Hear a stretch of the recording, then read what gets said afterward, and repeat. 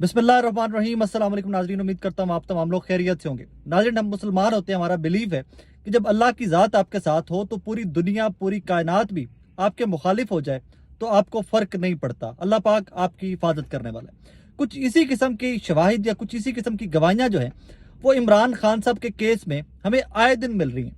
हर वो केस जो उनके ऊपर बनाया जाता है और जिसको जब वो केस बन जाता है तो हमें बताया जाता है कि जी इस केस में तो इमरान खान फारिग है, इमरान खान फंस गया है, इस केस जो नहीं निकल सकता। और हेडलाइंस बनती हैं, पूरा नेशनल मीडिया हमारे खिलाफ इमरान खान को विलन और करप्ट साबित करने की कोशिश करता है। लेकिन कुछ ना कुछ ट्विस्ट इस किस्म का आता है मुकद्दर का कि इमरान खान को क्लीन चिट मिल जाती है और निकलकर साइड पर खड़ा हो जाता है। खान साहब को लेकर इसी तरह की एक क्लीन चिट या एक किसी किस्म का मुकद्दर का ट्रिक जो है वो अभी प्ले हुआ है, और वो है अलकादिर ट्रस्ट। अलकादिर ट्रस्ट को लेकर एक प्रॉपर कैंपेन लॉन्च की गई। उसके ऊपर हमने देखा है माजी के अंदर मुस्लिम लीग नून के रहनुमा प्रेस कॉन्फ्रेंस पे प्रेस कॉन्फ्रेंस करते रहे कि कैसे जी मलिक रियाज साहब से पैसे लिए गए। और अभी उसी सारे मामले को लेकर एक नई राई में से पहाड़ बनाया जा रहा था कि जनाब मलिक रियाज साहब इंटरव्यू देने लगे हैं, इंटरव्यू दे दिया, रिकॉर्ड हो गया है, और वो जो इंटरव्यू है वो तेल का खेज होगा। अब क्या कहानी थी? वो कहानी ऐसी है कि जनाबे वाला उसमें अलकादिर ट्रस्ट जो है ये रिश्वत ली गई थी। मलिक रियाज के पैसे जो थे 190 मिलियन पाउंड जो था वो मलिक रियाज को देने के लिए इन्होंने रिश्वत ली थी, बिशरा बीबी ने और इमरान खान साहब ने। अब कहानी क्या है उसमें, वो आज अल मशरिक बैंक के जवाब ने खोल के रख दी है आपकी और मेरे सबके सामने। ये केस जो जुर्माने वाला था, इसकी सेटलमेंट वाला जो केस था, काजी फाइज साहब के पास लगा हुआ था। फाइज साहब ने साथ 190 मिलियन डॉलर का खाता भी खोल दिया। उन्होंने अल मशरिक बैंक को लिख दिया, उन्होंने कहा जी वहां से जवाब मांगे कि जनाब ये पैसों की कहानी क्या है, कहां से आए, कहां गए एंड एवरीथिंग। अब जब वो जवाब वापस आया है तो उस जवाब ने तकरीबन क्लीन चिट दे दी इमरान खान साहब को, करप्शन फ्री कर दिया इस एलिगेशन से, इस एक स्पेसिफिक केस से। कैसे, वो मैं आगे चलता हूं आपको बताता हूं। तो आपको आसान सा केस है, कोई आज सच मुझे भी कोई चंद मिनट के अंदर, कोई आधा घंटा लगा है केस समझने के अंदर। जनाबे वाला कहानी क्या है कि ये मनी लॉन्ड्रिंग का पैसा था, ये लंदन जाता है, नेशनल क्राइम एजेंसी जो है वहां की वो पकड़ लेती है पैसा कि यार ये पैसा इलीगल होके आया है, ये इलीगल है, मनी लॉन्डर होके आया है, ये हुंडी है, जो भी कोई तरीका कर लीजिए कि ये मनी लॉन्ड्रिंग है। पकड़ा जाता है 190 मिलियन पाउंड मलिक रियाज साहब का। ओके, अब इसके ऊपर केस चलता है। अब केस चलता है तो उसके बाद जो वहां के मजिस्ट्रेट हैं, वो जो अकाउंट फ्रीज हुए हुए थे, वो इसको अकाउंट को डी फ्रीज कर देते हैं। अब उनके साथ सेटलमेंट क्या होती है, वो मलिक रियाज साहब की और नेशनल क्राइम एजेंसी की हुई है। उसके अंदर हुकूमत पाकिस्तान का कोई लेना देना नहीं था। सेटलमेंट ये होती है कि वो पैसा अपने मुल्क वापस ले जाओ, जहां से आया ले जाओ वापस। अब उसके बाद आज ये साबित कर दिया अल मशरिक बैंक ने कि वो उस जो पैसा था हुकूमत के लिए नहीं डीफ्रीज किया गया था, वो पैसा मलिक रियाज का अपना था, उसके ऊपर हुकूमत पाकिस्तान का कोई हक नहीं था। तो फिर अगली कहानी ये आती है, तो फिर ये पैसा आया कैसे वापस? तो मलिक रियाज ने वो 190 मिलियन पाउंड जो था वो सेटलमेंट में भेज दिया सुप्रीम कोर्ट के अकाउंट में। जो जुर्माना हुआ था बैरिया टाउन कराची वाला, उनको उन्होंने उसकी सेटलमेंट में वो 190 मिलियन पाउंड पाकिस्तान वापस भेज दिया कि जी मेरे जुर्माने की रकम में से इतनी रकम आप सेटल कर लीजिए। इसके ऊपर सारी कहानी बनाई गई थी कि जनाब ये पैसा तो हुकूमत पाकिस्तान का था। इसके ऊपर तमाम नून लीग रहनुमा जो है उन्होंने लंबे चौड़े भाषण दिए थे, उन्होंने लंबे चौड़ी प्रेस कॉन्फ्रेंसेस की थी कि ये हुकूमत पाकिस्तान का पैसा था। और मलिक रियाज के साथ डील करके, सेटलमेंट करके इमरान खान साहब की हुकूमत ने उनसे अलकादिर ट्रस्ट की जमीन लेके और कुछ और सेट सुट लेके तो ये पैसा जो है उनके फेवर में डाल दिया है। आज ये जो अल मशरिक बैंक ने जो खत लिखा है उसके अंदर ये साबित हो गया कि जनाब ये मलिक रियाज ने अपनी मर्जी से पैसा भिजवाया था। नेशनल क्राइम एजेंसी ने पैसा पाकिस्तान नहीं भिजवाया ये कि सुप्रीम कोर्ट के अकाउंट के अंदर, ये मलिक रियाज ने अपनी मर्जी से भिजवाया था। इसके ऊपर हुकूमत पाकिस्तान का कोई हक नहीं है। अब यहां पर ये एक शो फ्लॉप हो गया, कहानी यहां पे खत्म हो गई। अब अगला सवाल ये पैदा होता है कि इसके ऊपर शहजाद अकबर साहब, तहरीक इंसाफ के रहनुमा बार बार प्रेस कॉन्फ्रेंस तो करते रहे, कुछ सेटिस्फैक्ट्री जवाब क्यों नहीं दे सके थे? तो वो जवाब सेटिस्फैक्ट्री देते थे।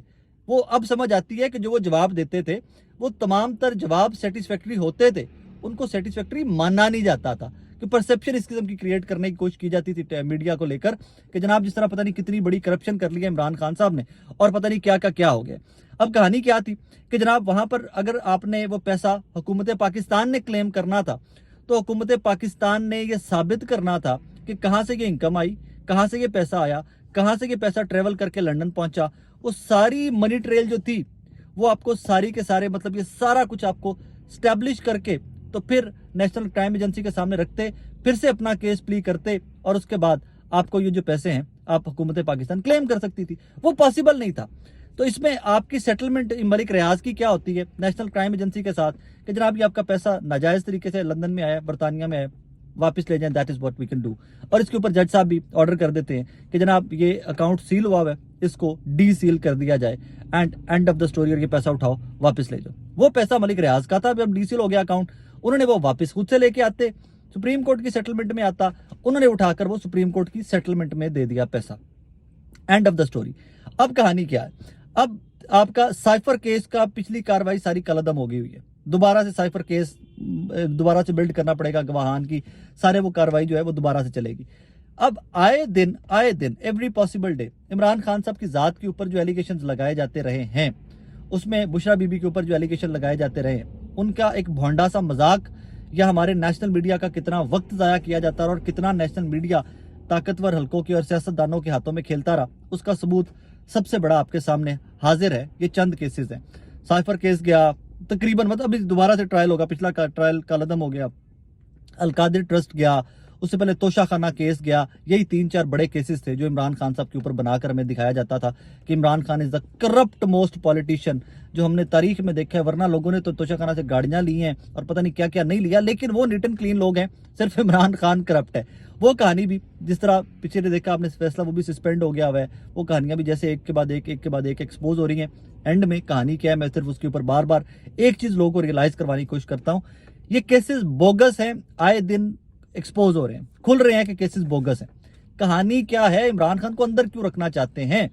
प्रॉब्लम सिर्फ एक है, आज इमरान खान साहब कह दें कि जनाब मुझे रिहा कर दें, मैं घर में जाकर बैठकर किताबें पढ़ूंगा, अल्लाह करूंगा, मेरा सियासत से कोई लेना देना नहीं है, मैं ना कोई अगले 24 के इलेक्शन में किसी के खिलाफ कैंपेन करूंगा, ना मैं किसी के खिलाफ बात करूंगा, बस मैंने जान दे यार मैं थक गया हूं। शाम को अगले 2 घंटे के अंदर बेशक गाड़ी पे भेजें, हेलीकॉप्टर भेजें, जहाज पे भेजें, इमरान खान को बनी गाला या जमान पाक भेज दिया जाएगा। प्रॉब्लम ये नहीं है, प्रॉब्लम ये है कि जैसे इमरान खान साहब जेल से बाहर आते हैं और अपनी पॉलिटिकल एक्टिविटी स्टार्ट कर देते हैं, जो टेम्परेचर पॉलिटिकली है, जितना माइलेज वो ले चुके हुए हैं, जिस तरह पाकिस्तान के अवाम उनके साथ खड़े हुए हैं, उस तरह नून लीग, पीपल्स पार्टी, JUIF, कोई भी MQM सेटलमेंट होती इनकी दिखाई नहीं देती कि ये किसी भी तरह से इलेक्शन जीत सके। वाहिद तरीका ये है कि इमरान खान को बिहाइंड द बार्स रखा जाए, उन्हें बाहर ना आने देता जाए, ऊपर नीचे करके कंट्रोल करके फरवरी 8 दिन लगाता जाए, 9-10 तक नताइज कंपाइल कर लिए जाए, उसके बाद इमरान खान बाहर जाता है तो चला जाए। लेकिन ये सियाने सारे हमारे मुल्क के ये नहीं समझते कि इमरान खान बाहर आया, जिस तरह उन्होंने कहा था कि मैं जेल जाऊंगा तो और ज्यादा खतरनाक हो जाऊंगा, यही इमरान खान आपके इस कंट्रोल्ड एटमॉस्फेयर के इलेक्शन के बाद बाहर आता है तो वो मजीद खतरनाक हो जाएगा। हुकूमत चलाने के लिए ये नहीं है कि Imran Khan is like out now, तो आप बस पांचों आपकी घी में यार चिल करते रहें और हुकूमत करते रहें, सब अच्छा की कहानी होगी, ऐसा बिल्कुल नहीं होगा। हुकूमत के लिए, हुकूमत वक्त के लिए क्राइसिस और बहुत ज्यादा बढ़ जाएंगे, और बहुत ज्यादा। जब इमरान खान का प्रेशर बिल्डअप होगा, तहरीक इंसाफ का प्रेशर जब बिल्डअप होगा, तो इनके लिए काम करना बड़ा अजाब हो जाएगा। और फिर ये रोते धोते आएंगे, देखिए जी मैं काम नहीं करने दिया जा रहा। तो भाई आप काम 100 दफा करें, एक अपोजिशन तो किसी भी सियासी जमात का हक है ना, लेकिन आप काम ही वो कीजिए कि आप इलेक्शन फ्री एंड फेयर करवाइए। लेवल प्लेइंग फील्ड आप खुद से मांगते आए हैं, वही level playing field Imran Khan को भी दीजिए। बहरहाल I am sorry to say that मैं इस तरह की टर्म्स के ऊपर बहुत ज्यादा बात नहीं करता, लेकिन बाजार लग रहा है कि Al-Qadir trust barrier town deal वो केस भी बढ़ गया।